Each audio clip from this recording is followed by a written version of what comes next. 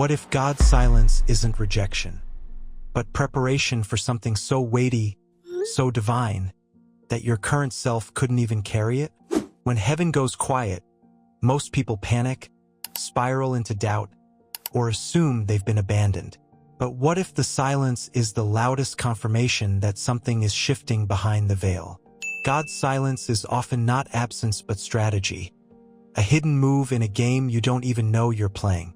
Remember, before Joseph stepped into the palace, he endured years of divine silence in prison, forgotten by men, but never by God. When your prayers echo back without answers, when your spirit feels hollow, and when even the word feels dull in your mouth, that is often when God is testing your root system. Because before any tree bears fruit, it grows down before it grows up. God will hide you to fortify you. Deuteronomy 8 verse 2 reveals, He allows the wilderness to test what was in your heart.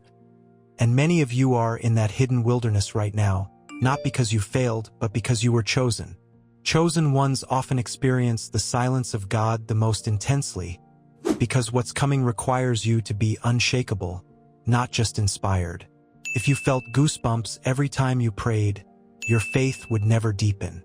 Silence strips you of emotional dependency so you can build spiritual maturity. And here's the shocking truth most won't tell you. Sometimes God is silent because you're already in the answer, and you just don't see it yet.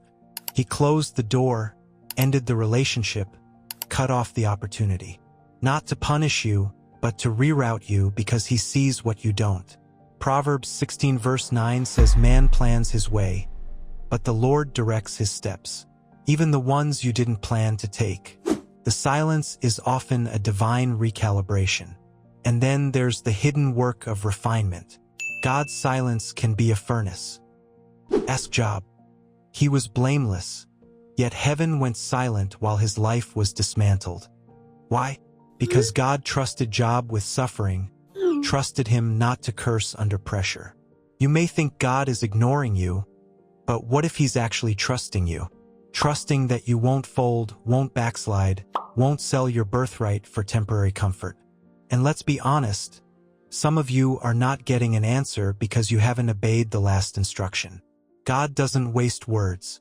If He told you to let go of something toxic, walk away from sin, forgive your enemy, and you didn't, that silence isn't confusion. It's a warning. Isaiah 59 verse 2 says, "Sin separates us from God." Silence can be heaven's way of showing you the cost of compromise. But don't mistake distance for disinterest. He's still watching, still waiting, still working.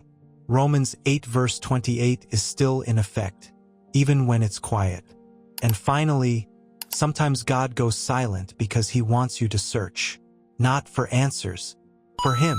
Jeremiah 29 verse 13 says, "You will seek me and find me when you seek me with all your heart."